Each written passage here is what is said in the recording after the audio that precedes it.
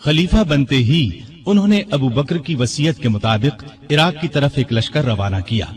अबू उबैदा रज़ियल्लाहु अन्हु को लश्कर का सालार मुकर्रर फरमाया और इस तरह मुसलमानों की अजीमुश्शान फुतूहात का सुनहरी दौर शुरू हुआ।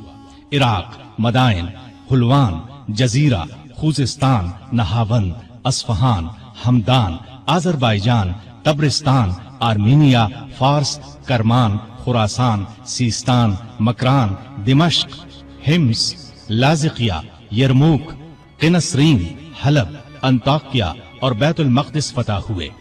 बैतुल मक़दिस की फतह का वाक़या कुछ इस तरह है कि मुजाहिदीन इस्लाम ने करीबन 3 साल में सारा शाम फतह कर लिया।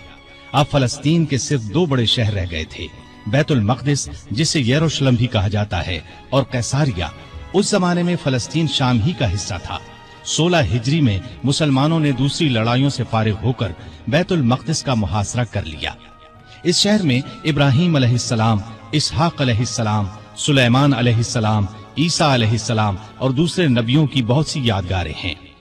रसूलुल्लाह सल्लल्लाहु अलैहि वसल्लम की भी मेराज के सफर में पहली मंजिल यही थी। मुसलमानों का पहला किबला भी यही था। न सिर्फ यहूदी और ईसाई बल्कि मुसलमान भी इसकी बहुत इज्जत करते थे और करते हैं। मुसलमानों ने जब बैतुल मक़दिस का मुहासरा किया तो शहर के बाशिंदों ने शहर के दरवाजे बंद कर लिए। चंद दिन तो इस तरह गुजरे, फिर उन्होंने मुसलमानों के सिपह सालार अबू उबैदा बिन जर्राह को पैगाम भेजा कि हम शहर मुसलमानों के हवाले करने के लिए तैयार हैं, लेकिन शर्त यह है कि मुसलमानों के खलीफा खुद यहाँ आएं और सुलह का मुआहदा करें। अबू उबैदा बिन जर्राह ने ये बात सैयदना उमर को लिख भेजी। खलीफा सानी सैयदना उमर ने सहाबा से मशवरा करके वहां जाने का फैसला किया। आपने रजब 16 हिजरी में हजरत अली रज़ियल्लाहु अन्हु को अपना कायम मकाम बनाया और रवाना हो गए। उस वक्त दुनिया के बड़े बड़े हुक्मरान उनका नाम सुनकर कांपते थे, लेकिन अपने वक्त के सबसे बड़े हाकिम के सफर का हाल ये था कि चंद बुजुर्ग सहाबा के सिवा उनके साथ कोई नहीं था। फौज, न खेमे, न कारे, न झंडे, एक ऊंट पर सवार थे। उस पर सत्तू और खजूर के 2 थैले लादे हुए थे। एक तरफ पानी की मश्क लटक रही थी। रास्ते में खाने का वक्त आता तो सब मिलकर खा लेते।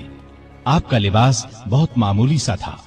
बैतुल मक़दिस के करीब पहुंचे तो सहाबा ने मशवरा दिया कि लिबास तब्दील कर ले। कीमती पोशाक पेश की, लेकिन आपने वो लिबास पहनने से इनकार कर दिया और फरमाया, अल्लाह ने हमें जो इज्जत दी है वो इस्लाम की वजह से है और हमारे लिए यही काफी है। गरज इसी हालत में शहर में दाखिल हुए। ईसाइयों ने शहर आपके हवाले कर दिया। मुसलमानों ने वहां एक मस्जिद बनाई, उसका नाम मस्जिद उमर रखा। ये आज भी मौजूद है और अब तक मस्जिद उमर कहलाती है। 14 हिजरी में मुसलमानों ने हिम्स को फतह कर लिया था।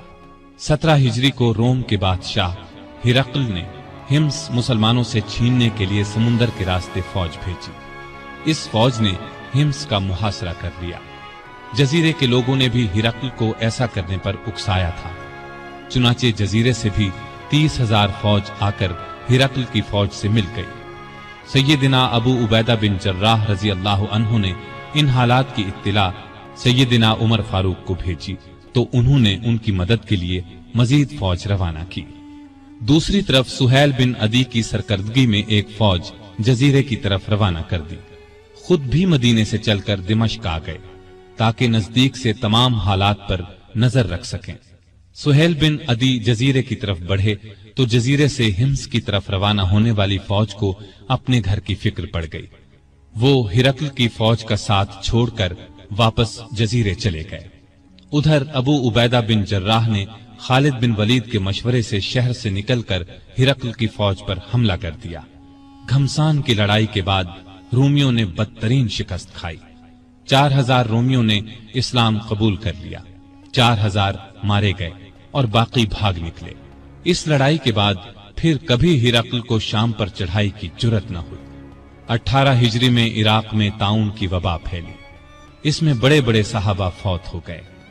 चंद एक के नाम ये हैं।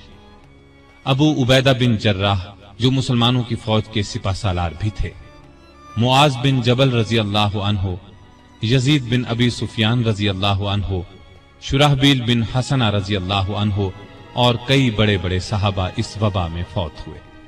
دور فاروقی میں عرب میں قحط پڑا۔ ایسے میں سیدنا عمر نے رعایا کی خبرگیری میں دن رات ایک کر دیا۔ انسانوں کے لیے خوراک تھی نہ جانوروں کے لیے۔ سیدنا عمر کو انسانوں اور جانوروں کی یہ بدحالی دیکھ کر بہت صدمہ ہوا۔ انہوں نے بیت المال میں جتنا غلہ تھا سب مسلمانوں میں تقسیم کر دیا، جو نقدی تھی وہ بھی مسلمانوں میں تقسیم کر دی۔ تمام صوبوں کے حاکموں کو خط لکھے کہ فوراً زیادہ سے زیادہ غلہ روانہ کرو۔ چنانچہ ابو عبیدہ بن جراح نے شام کے علاقے سے 4000 اونٹ غلے سے لدے ہوئے بھیجے۔ عمرو بن عاص نے مصر سے سمندر کے راستے بحری جہاز روانہ کیے۔ ان میں ہر جہاز پر 6000 من غلہ لدا ہوا تھا۔ جب یہ جہاز مدینے کی قریبی بندرگاہ پر پہنچے تو سیدنا عمر خود انہیں دیکھنے کے لیے بندرگاہ پہنچے۔ غلے کو حفاظت سے رکھنے کے لیے بندرگاہ میں 2 بڑے بڑے مکان بنوائے۔ دوسرے صوبوں سے بھی بہت سا غلہ پہنچ گیا۔ غلے کی تقسیم کا یہ انتظام کیا کہ بہت سے رجسٹر بنوائے۔ ان میں قحط کا شکار ہونے والوں کے نام درج کیے گئے۔ ہر ایک نام کے ساتھ ان کی ضرورت کے مطابق غلے کی مقدار لکھی گئی۔ پھر ہر شخص کو پرچی دی گئی، اس پر سیدنا عمر کی مہر ہوتی تھی۔ اس پرچی کے مطابق انہیں روزانہ غلہ دیا جاتا۔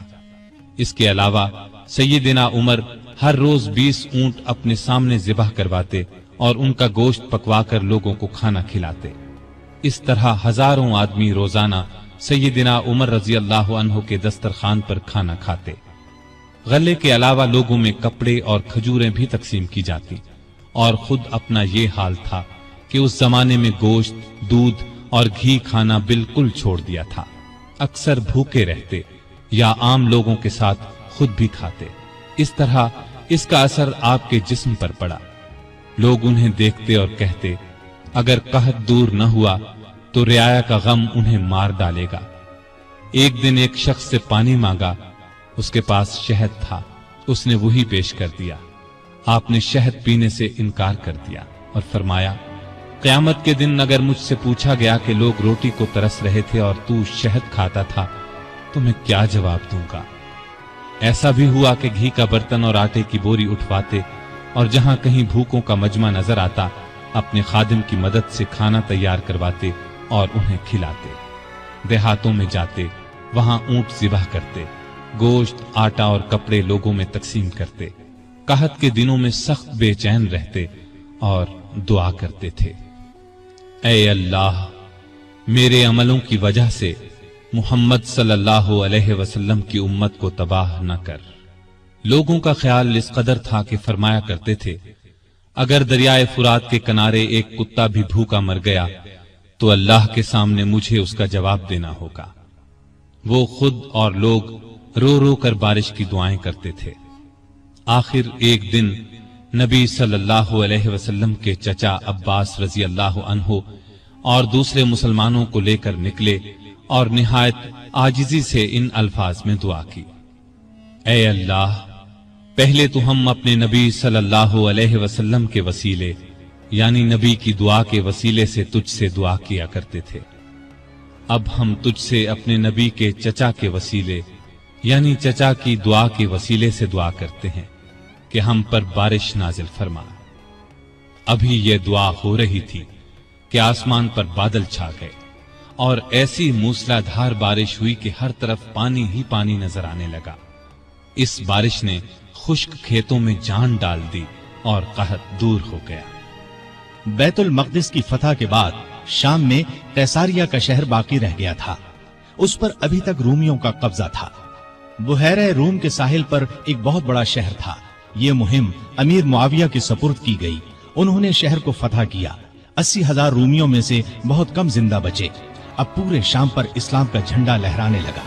اس زمانے میں مصر کا ملک بھی رومی حکومت کے ماتحت تھا۔ 18 ہجری میں حضرت عمر نے حضرت عمرو بن عاص رضی اللہ عنہ کو 4000 کا لشکر دے کر مصر روانہ کیا۔ مصر کا حاکم مقوقس تھا، اس نے بے تحاشا فوج جمع کر لی۔ قلعہ بھی حد درجے محفوظ تھا۔ ان حالات کی خبر عمرو بن عاص نے سیدنا عمر کو دی تو انہوں نے 10,000 فوج اور بھیجی اور ان کے ساتھ بزرگ صحابی زبیر بن عوام کو سالار مقرر کیا۔ ان کے ہاتھ پر قلعہ فتح ہوا۔ اس کے بعد اسکندریہ کی باری آئی۔ اسکندریہ کی فتح کے بعد سیدنا عمر نے عمرو بن عاص کو مصر کا گورنر مقرر کیا۔ دریائے نیل مصر کا ایک بہت بڑا دریا تھا۔ تاریخ میں ہے کہ ایک دن بہت سے مصری عمرو بن عاص کے پاس آئے اور کہا، اس سال دریائے نیل میں پانی بہت کم رہ گیا ہے، ہماری فصلیں برباد ہو رہی ہیں۔ پرانے زمانے سے یہ رسم چلی آ رہی ہے کہ جب دریا میں پانی کم ہو جائے تو ہم ایک مقررہ تاریخ کو ایک کنواری لڑکی چن لیتے ہیں، اس کے والدین کی مرضی سے اسے نہایت قیمتی زیور اور کپڑے پہنا کر دلہن کی طرح بنا دیتے ہیں، پھر اسے دریائے نیل میں گرا دیتے ہیں۔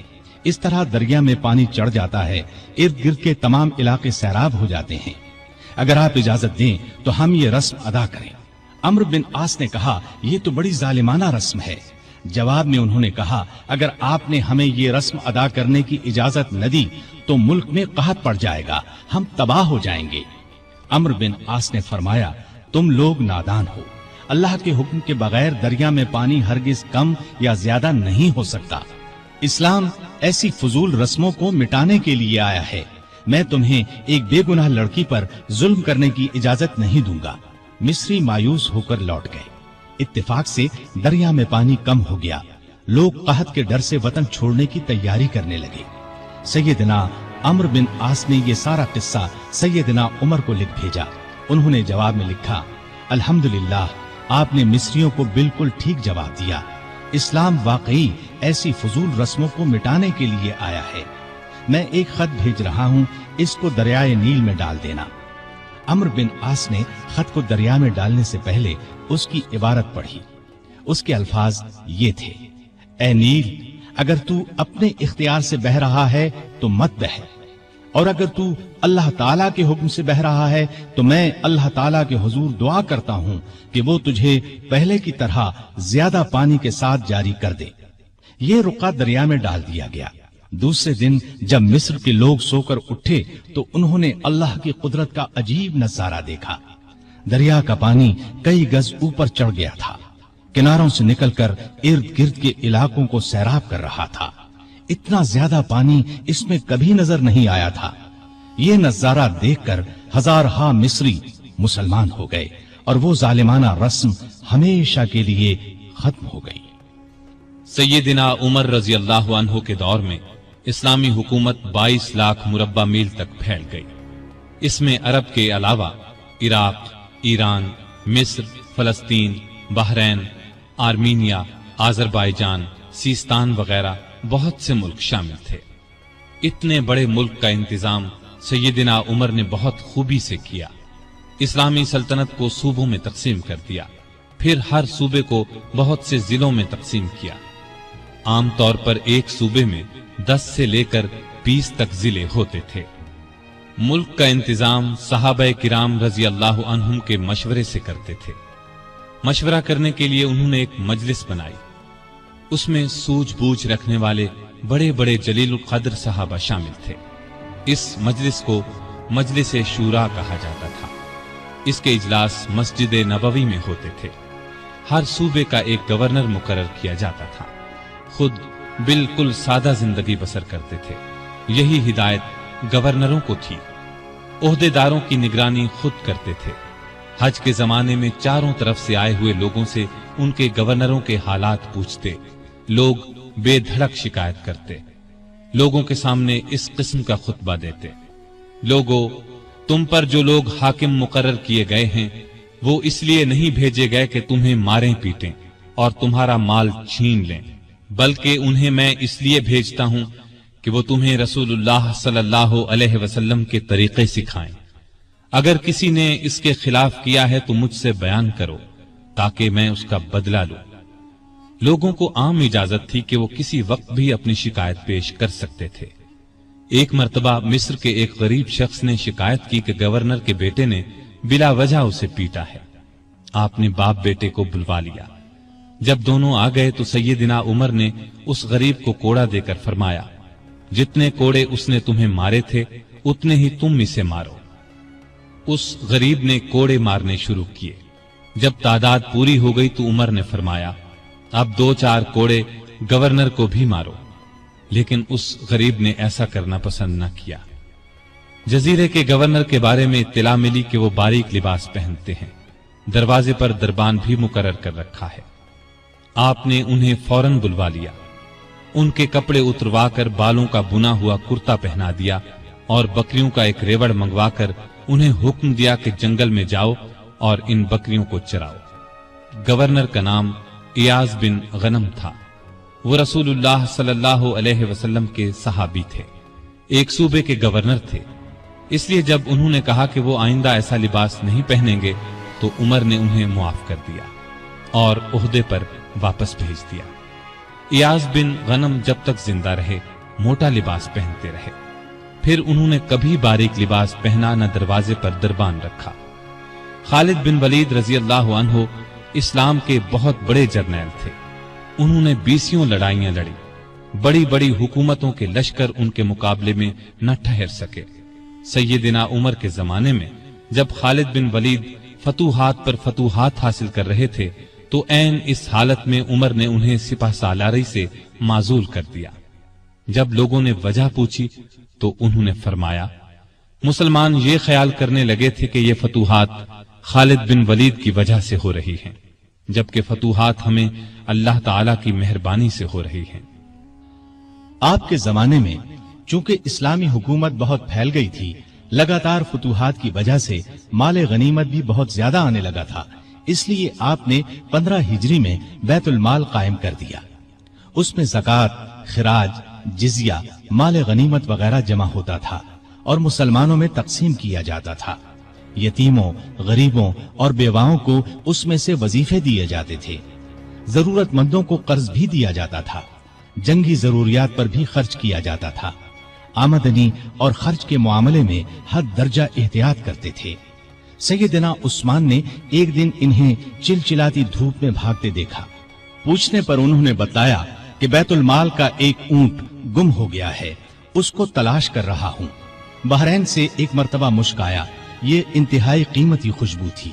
उसको मुसलमानों में तकसीम करने के लिए आदमी की तलाश हुई जो ये काम अच्छी तरह कर सके। सैयदना उमर की जौजा मोहतरमा आतिका ने कहा कि ये काम मैं कर सकती हूँ। सैयदना उमर ने फरमाया, नहीं, मैं तुम्हें इसकी इजाजत नहीं दे सकता, इसलिए कि तुम्हारी उंगलियों पर जो मुश्क लग जाएगा वो तुम अपने कपड़ों पर लगा लोगी। इस तरह आम मुसलमानों से ज्यादा तुम्हारे हिस्से में आएगा। एक मर्तबा बीमार हो गए। लोगों ने इलाज के तौर पर शहद तजवीज किया। बैतुल माल में शहद मौजूद था, लेकिन आपने लेना गवारा न किया। आखिर लोगों को जमा किया गया। जब सब ने इजाजत दे दी तब शहद दिया। आपने अदलो इंसाफ का बेहतरीन नमूना दुनिया को दिखाया। अल्लाह से डरने वाले काजी मुकर्रर किए, उनकी तनख्वाहें मुकर्रर की। उन्हें हुक्म दिया कि तमाम फैसले कुरान और हदीस के मुताबिक किए जाएं। कुरान और हदीस में हुक्म न मिले तो जिस राय पर आलिमों का इत्तिफाक हो उसके मुताबिक फैसला दिया जाए। उन्होंने कूफा में शुरैह को काजी मुकर्रर किया। उनके फैसले बहुत मशहूर हुए। अमीरुल मोमिनीन के खिलाफ भी फैसले दे देते थे। सैयदना अली ने भी उन्हें अपने दौर में काजी के ओहदे पर कायम रखा। कबीला गस्सान के बादशाह जबला ने इस्लाम कबूल कर लिया। वो हज करने के लिए आया। उसकी चादर पर एक गरीब बद्दू का पांव आ गया। उसने बद्दू को जोर से थप्पड़ दे मारा। बद्दू की नाक की हड्डी टूट गई। वो सैयदना उमर की खिदमत में हाजिर हो गया, इंसाफ का तलबगार हुआ। सैयदना उमर ने जबला को बुला भेजा। वो हाजिर हुआ तो आपने उसे कहा, तुमने इस गरीब मुसलमान से ज्यादती की है, लिहाजा बदला दो। ये गरीब तुम्हें उस जगह थप्पड़ मारेगा जिस जगह उसके मुंह पर थप्पड़ लगा है। हाँ, अगर तुम इससे मुआफी मांग लो और ये मुआफ कर दे तो और बात है। जबला ने कहा, मुझे एक दिन की मोहलत दी जाए ताकि मैं गौर कर सकूं। जबला को एक दिन की मोहलत मिल गई। वो वहां से फरार होकर शाम चला गया और दोबारा ईसाई मजहब इख्तियार कर लिया। एक मर्तबा हज के मौके पर एक शख्स ने गवर्नर की शिकायत की कि उसने मुझे बेकसूर 100 कोड़े मारे हैं। सैयदना उमर रज़ियल्लाहु अन्हु ने शिकायत दुरुस्त पाई तो हुक्म दिया, तुम भी इसे 100 कोड़े मारो। एक ईसाई किसान ने शिकायत की कि उसके खेतों से मुसलमान फौज गुजरी है जिससे उसका नुकसान हुआ है। आपने बैतुल माल से उसे 10,000 दिरहम देने का हुक्म दिया। सैयदना उमर फारूक ने आम लोगों को मना कर दिया कि वो शरीयत के किसी मसले पर अपना फैसला दें। इस काम के लिए उन्होंने फतवे जारी करने का महकमा कायम किया। फतवे देने वाले बुजुर्गों के नाम ये हैं: सैयदना उस्मान, सैयदना अली, सैयदना अब्दुर्रहमान बिन औफ, सैयदना उबय बिन काब, सैयदना मुआज बिन जबल, सैयदना जैद बिन साबित, सैयदना अबू दरदा, सैयदना अबू हुरैरा रज़ियल्लाहु ताला अन्हुम। सैयदना उमर रज़ियल्लाहु ताला अन्हु ने पुलिस का महकमा कायम किया। रियाया की खबरगिरी रखने के लिए रातों को गश्त लगाया करते थे। मुल्क शाम के सफर से लौट रहे थे कि एक बुढ़िया नजर आई। उससे पूछा कि बड़ी बी, उमर के बारे में कुछ मालूम है? वो बोली, हां, सुना है शाम गया हुआ है। अल्लाह उससे समझे, आज तक उसने मुझे फूटी कौड़ी तक नहीं दी। उसे मालूम नहीं मैं कितनी तंगी से गुजारा कर रही हूं। सैयदना उमर ने यह सुनकर फरमाया, बड़ी बी, तुमने जाकर उमर को अपना हाल बताया? बुढ़िया ने कहा, अगर उसे रियाया का हाल मालूम नहीं तो खिलाफत क्यों करता है? सैयदना उमर फारूक रज़ियल्लाहु अन्हु ये सुनकर रो पड़े। फिर उससे पूछा, तुम क्या लेकर उमर को मुआफ कर सकती हो? उसने कहा, अगर मुझे 25 दीनार मिल जाएं तो मुआफ कर दूंगी। आपने उसी वक्त उसे 25 दीनार दे दिए। वो खुश होकर दुआएं देने लगी, अल्लाह उमर को मुआफ करे, उस पर अपनी रहमत नाजिल करे। बाद में सैयदना उमर रज़ियल्लाहु अन्हु ने उसका वजीफा मुकर्रर फरमा दिया। एक रात गश्त के दौरान में चंद बच्चों के रोने की आवाज सुनी। मालूम हुआ कि बच्चे भूखे हैं और मां ने उन्हें बहलाने के लिए हांडी में सिर्फ पानी डालकर आग जला रखी है।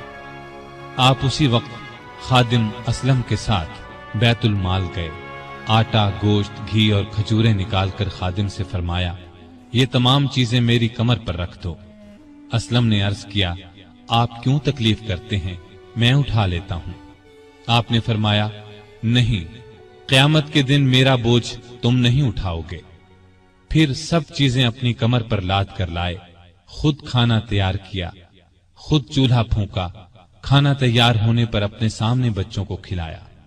उन्होंने पेट भर कर खाया, फिर उछलने कूदने लगे।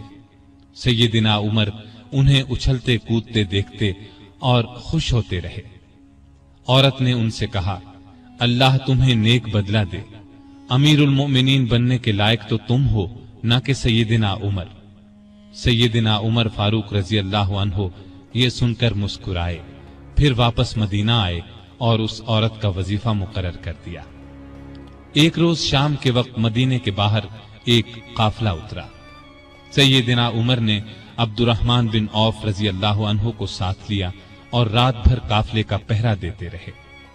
एक काफिले में एक नन्हे बच्चे को रोते देखा तो उसकी मां पर नाराज हुए कि बच्चे को दूध क्यों नहीं पिलाती। वो आपको पहचानती नहीं थी। कहने लगी, अमीरुल मोमिनीन ने हुक्म दिया है कि जब तक बच्चे मां का दूध पीते रहें बैतुल माल से उनका वजीफा मुकर्रर न किया जाए। मैं इसका दूध छुड़ा रही हूं ताकि वजीफा लग जाए। ये है इसके रोने की वजह। सैयदना उमर ये सुनकर रोए, फिर ऐलान कर दिया कि जिस दिन कोई बच्चा पैदा होगा उसका वजीफा उसी दिन से मुकर्रर हो जाएगा। एक मर्तबा लोगों को खाना खिला रहे थे। एक शख्स को बाएं हाथ से खाना खाते देखा। नजदीक जाकर उससे कहा, दाएं हाथ से क्यों नहीं खाते? उसने कहा, मेरा दायां हाथ मूता की लड़ाई में कट गया था। यह सुनकर सैयदना उमर रोने लगे। उसके पास बैठ गए और बोले, अफसोस, तुम्हें वुजू कौन कराता होगा? फिर उसकी खिदमत के लिए एक खादिम दिया और जरूरत की चीजें उसके घर भिजवाईं। एक रात गश्त के दौरान में एक औरत की आवाज सुनी। वो अपनी बच्ची से कह रही थी, दूध में पानी मिला दे। बेटी ने यह सुनकर कहा, मां, अमीरुल मोमिनीन का हुक्म है कोई दूध में पानी न मिलाए। मां ने यह सुनकर कहा, बातें ना बना, पानी मिला। अमीरुल मोमिनीन कौन सा देख रहे हैं? लड़की ने कहा, अमीरुल मोमिनीन तो नहीं देख रहे, मगर अल्लाह तो देख रहा है। सैयदना उमर ने मां बेटी की यह गुफ्तगू सुनी तो अपने खादिम से कहा, इस घर को अच्छी तरह पहचान लो। दूसरे दिन उनके बारे में पता करवाया। उन्हें लड़की की ईमानदारी इस कदर पसंद आई कि अपने बेटे आसिम के लिए रिश्ता मांग लिया। इस तरह ये शादी हुई। बनु उमैया के उमर बिन अब्दुल अजीज रहमतुल्लाह अलैह इसी खातून के नवासे थे। उन्हें अदल इंसाफ, सादगी, परहेजगारी की वजह से दूसरा उमर कहा जाता है। उनका दौर बेहतरीन दौर हुआ। मदीने की एक बेसहारा अंधी औरत के घर की सफाई अमीरुल मोमिनीन खुद किया करते थे। रसूलुल्लाह सल्लल्लाहु अलैहि वसल्लम के एक सहाबी सईद बिन यरबूक की आखिरी उम्र में बीनाई जाती रही। उनके लिए एक खादिम मुकर्रर किया जो उन्हें मस्जिद तक लाता था। रास्ता चलते एक औरत ने सैयदना उमर फारूक को रोक लिया और कहा, मैं रसूलुल्लाह सल्लल्लाहु अलैहि वसल्लम के सहाबी खुफाफ बिन ईमा की बेटी हूँ। शौहर फौत हो गया है, छोटे छोटे बच्चे हैं, कोई जमीन भी नहीं है। बच्चों को घर में छोड़कर मेहनत मजदूरी भी नहीं कर सकती कि बच्चों को कोई नुकसान न पहुंच जाए। हजरत उमर ने उसकी पूरी बात तवज्जो से सुनी और फरमाया, तुम थोड़ी देर यहीं ठहरो। ये कहकर घर गए। वापस लौटे, एक मोटे ताजे ऊंट पर बहुत सा सामान लदा हुआ साथ लाए। उस पर कपड़े और नकद रकम भी थी। उस औरत से फरमाया, ये ऊंट ले जाओ, जब खत्म हो जाए तो बता देना। जिहाद पर जाने वाले मुसलमानों के घर वालों का बहुत ख्याल रखते थे। उनके घरों में जाकर उनकी औरतों से कहते, तुम्हें बाजार से कुछ मंगवाना हो तो मैं ला देता हूँ। बेवा औरतों का पानी भर देते। मुजाहिदीन के खत आते तो ये खत खुद उनके घरों में पहुंचाते। उनसे जवाब लेकर मुजाहिदीन को भिजवाते। बैतुल माल से हाजतमंदों को देते। रास्तों में चौकियां बनवाई ताकि रास्ते महफूज हो जाएं। शहरों में मेहमान खाने बनवाए। मुल्क में जगह जगह नहरें खुदवाई जिनसे आपाशी आसान हो गई। सड़कें और पुल बनवाए। नए शहर बसाए। करीबन 4000 मस्जिदें तामीर करवाई। हरम काबा को वसी करवाया। मस्जिद नबवी को वसी करवाया। मर्दम शुमारी का निजाम राइज किया। सिक्का जारी किया। सने हिजरी कायम किया। जंगों का सिलसिला बढ़ा तो फौजी निजाम कायम किया। फौजियों की तनख्वाहें मुकर्रर की। मुजाहिदीन के बीवी बच्चों और गुलामों के लिए वजीफे मुकर्रर किए। फौज को 2 हिस्सों में तकसीम किया। एक बाकायदा फौज जो हमेशा महाजों पर रहती थी। दूसरी रजाकार फौज। ये लोग उमूमन घरों में रहते थे। जरूरत पड़ने पर उन्हें महाज पर भेजा जाता। उनकी तनख्वाहें बाकायदा फौज से कम थी। मुल्क में जगह जगह फौजी छावनियां कायम की। छावनियों के साथ अस्तबल तामीर करवाए। उनमें 4-4 हजार घोड़े तैयार रहते थे। ऊंट भी मौजूद रहते। फौज के साथ खजांची, तबीब, जर्राह, गनीमत के माल का हिसाब रखने वाले, दूसरी जुबानें जानने वाले और दुश्मन की जासूसी करने वाले भी रहते थे। फौज की तालीम का भी इंतजाम किया। फौज को ये हिदायत थी कि दुश्मन से जो अहद करो उसको पूरा करो।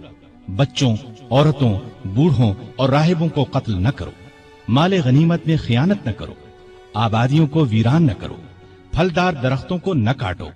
जो लोग जंग में कैदी बना लिए जाएं, उन्हें उनके करीबी रिश्तेदारों से जुदा न करो। लड़ाई में मारे जाने वालों के हाथ पांव, नाक, कान न काटो। कुरान और हदीस की तालीम आम कर दी। सैयदना उमर खुद बहुत बड़े फकीह थे।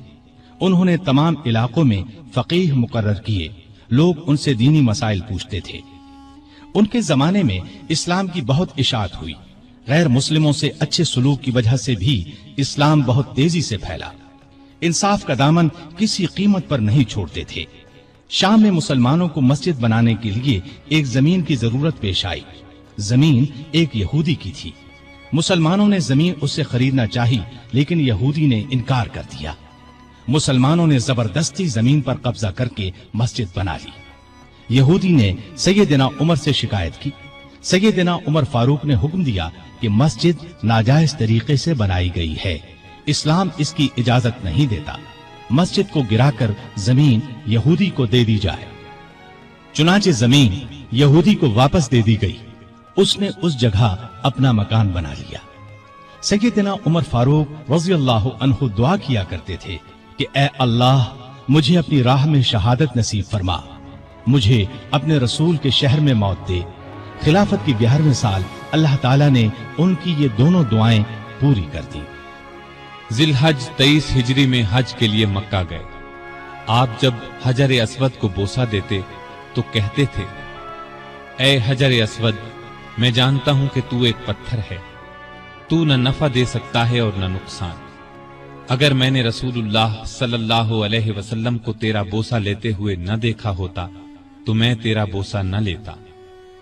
ये सैयदना उमर की तौहीद का कमाल नमूना है। हज से फारिग होकर उस महीने की आखिरी तारीखों में वापस लौटे। जुमे के दिन मस्जिद में खुतबा दिया जो बहुत तवील था। इसमें लोगों को बहुत नसीहतें की।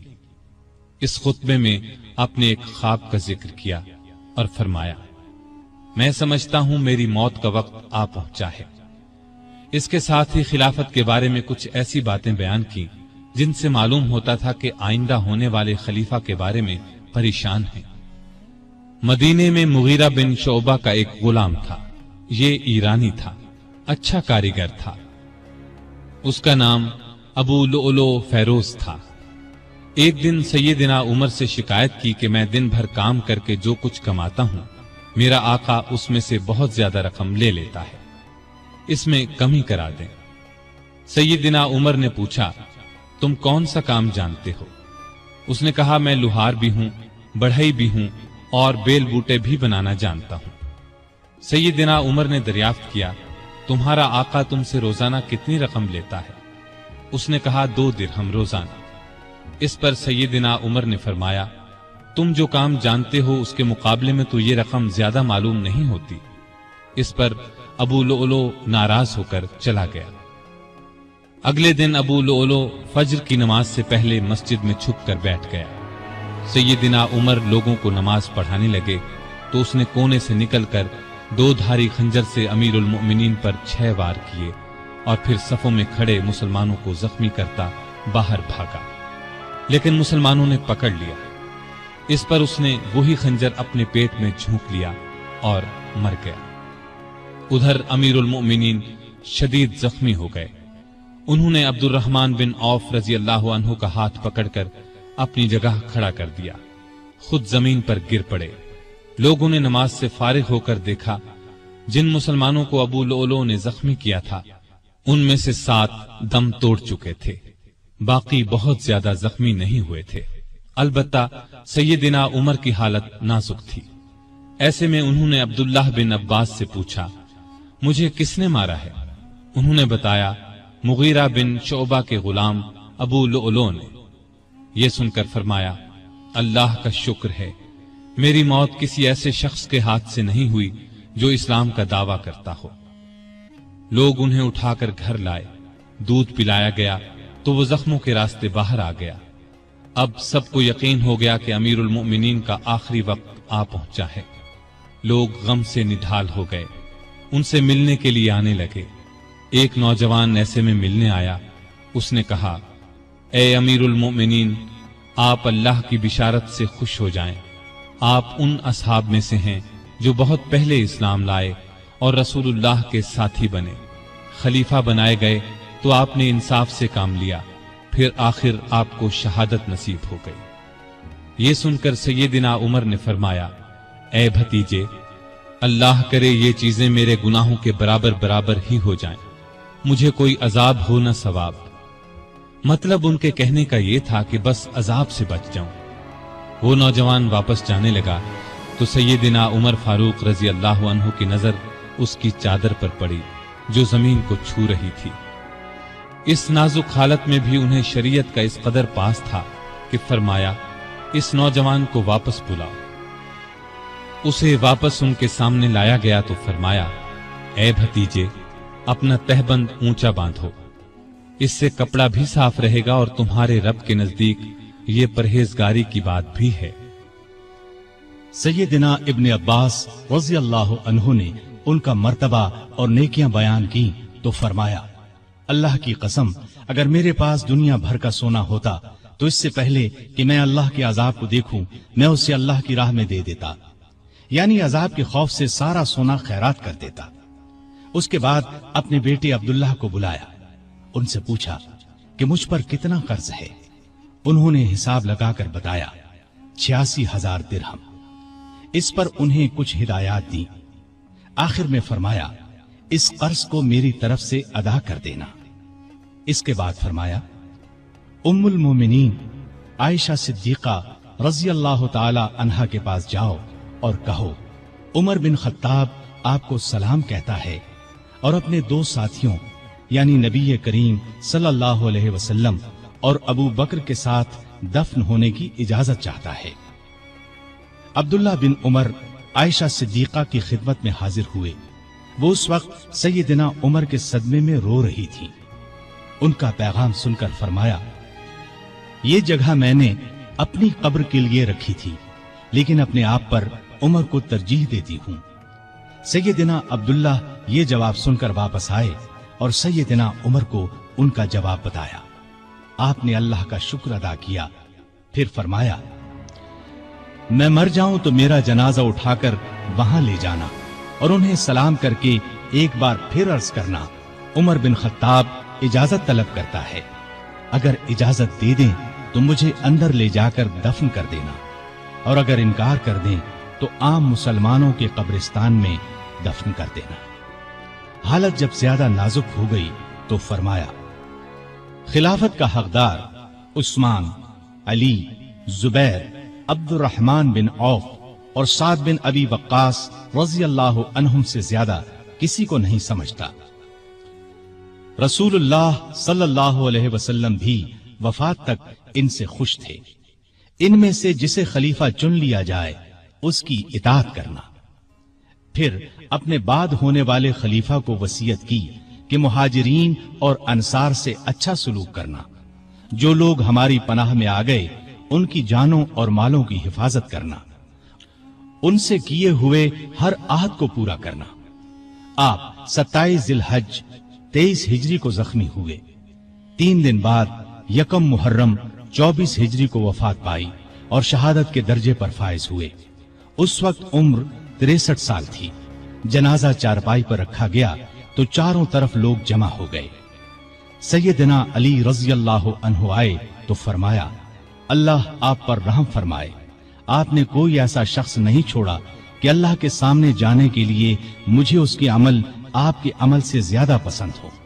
अल्लाह की कसम, मुझे उम्मीद थी कि अल्लाह आपको आपके दोनों साथियों के साथ रखेगा, इसलिए कि मैं अक्सर रसूलुल्लाह सल्लल्लाहु अलैहि वसल्लम को इस तरह फरमाते हुए सुना करता था, मैं गया और अबू बकर उमर गए, मैं दाखिल हुआ और अबू बकर उमर दाखिल हुए, मैं निकला और अबू बकर उमर निकले। जनाजा हजरत सुहैब रज़ी अल्लाहु अन्हु ने पढ़ाया। हजरत अली, उस्मान, साद बिन अबी वक्कास और अब्दुर्रहमान बिन औफ रज़ी अल्लाहु अन्हुम ने कब्र में मैयत को उतारा और इस्लाम के इस बहुत बड़े फर्जंद को हमेशा के लिए रसूलुल्लाह सल्लल्लाहु अलैहि वसल्लम और सैयदना अबू बकर रज़ी अल्लाहु अन्हु का साथ नसीब हो गया है। सैयदना उमर रज़ी अल्लाहु अन्हु ने कई शादियां की। उनसे 8 या 9 लड़के, 4 या 5 लड़कियां हुई। मशहूर बीवियों के नाम ये हैं: ज़ैनब बिन्ते मज़ऊन रज़ी अल्लाहु अन्हा, आतिका बिन्ते ज़ैद रज़ी अल्लाहु अन्हा, उम्मे हकीम बिन्ते हारिस रज़ी अल्लाहु अन्हा, उम्मे कुलसूम बिन्ते अली रज़ी अल्लाहु अन्हा। औलाद में से हफ्सा, अब्दुल्ला, उबैदुल्ला और आसिम रज़ी अल्लाहु अन्हुम बहुत मशहूर हैं। हफ्सा रज़ी अल्लाहु अन्हा को रसूलुल्लाह सल्लल्लाहु अलैहि वसल्लम की पाक बीवियों में शामिल होने का शरफ हासिल है। वो उम्मुल मोमिनीन कहलाई। आप में अल्लाह का खौफ इंतहा को पहुंचा हुआ था। इबादत का शौक भी बेहद था। रातों को जागकर नफल पढ़ा करते थे। कुरान करीम की जिन आयात में क़यामत का जिक्र है उनको पढ़ते वक्त बहुत रोते। तरावीह की नमाज को उन्होंने बाजमात कराया। उनके दौर से आज तक तरावीह बाजमात अदा की जाती है।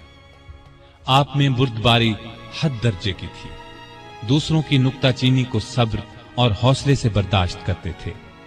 आपने एक वक्त में कभी दस्तरखान पर 2 सालन जमा न किए। रसूलुल्लाह सल्लल्लाहु अलैहि वसल्लम और अबू बकर रज़ी अल्लाहु अन्हु का भी यही मामूल था। نبی کریم صلی اللہ علیہ وسلم سے آپ کو انتہا درجے کی محبت تھی۔ آپ صلی اللہ علیہ وسلم پر اپنی جان قربان کرنے کے لیے ہر دم تیار رہتے تھے۔ کوئی رسول اللہ صلی اللہ علیہ وسلم کی شان میں ذرا سی گستاخی کرتا تو اس کی گردن اڑانے پر تیار ہو جاتے۔ ایک بار سیدنا عمر فاروق رضی اللہ عنہ نے فرمایا، اے اللہ کے رسول، مجھے آپ سے اپنی جان سے بھی زیادہ محبت ہے۔ نبی کریم صلی اللہ علیہ وسلم نے سیدنا عمر فاروق رضی اللہ عنہ کو دنیا ہی میں جنتی ہونے کی بشارت دی۔ سیدنا عمر فاروق رضی اللہ عنہ کے چند اقوال یہ ہیں: بزرگ بننے کے لیے علم حاصل کرو۔ جو آدمی خود کو عالم کہے وہ جاہل ہے، جو خود کو جنتی کہے وہ جہنمی ہے۔ جس سے تمہیں نفرت ہے اس سے ڈرتے رہو۔ بڑھاپے سے پہلے جوانی اور موت سے پہلے بڑھاپے کو غنیمت جانو۔ سب سے بری آوازیں دو ہیں، نوحہ اور راگ یعنی گانا۔ کم بولنا دانائی، کم کھانا صحت، کم سونا عبادت، اور عام لوگوں سے کم ملنا عافیت ہے۔ توبہ کی تکلیف سے گناہ کا چھوڑنا آسان ہے۔ برا چاہنے والوں کی دوستی سے پرہیز کرنا ضروری ہے۔ جو عیب سے واقف کرے وہ دوست ہے، اور جو اس پر تعریف کرے وہ ایسا ہے جیسے دوسرے کو ذبح کر دیا جائے۔ سلامتی گمنامی میں ہے۔ اللہ تعالی سیدنا عمر فاروق رضی اللہ عنہ پر رحمت فرمائے، آمین۔ ارے فرینڈز، 1 منٹ، آپ ایسے ہی جا رہے ہیں؟ اتنی محنت سے ویڈیو بنائی ہے، ایک لائک تو بنتا ہے نا؟ اور دوسرا یہ کہ آپ ہمیں اتنی بڑی دنیا میں دوبارہ کیسے ڈھونڈیں گے؟ تو اس کا حل یہ ہے کہ آپ ہمارے چینل کو سبسکرائب کر لیجئے۔ It's caught in the crossfire.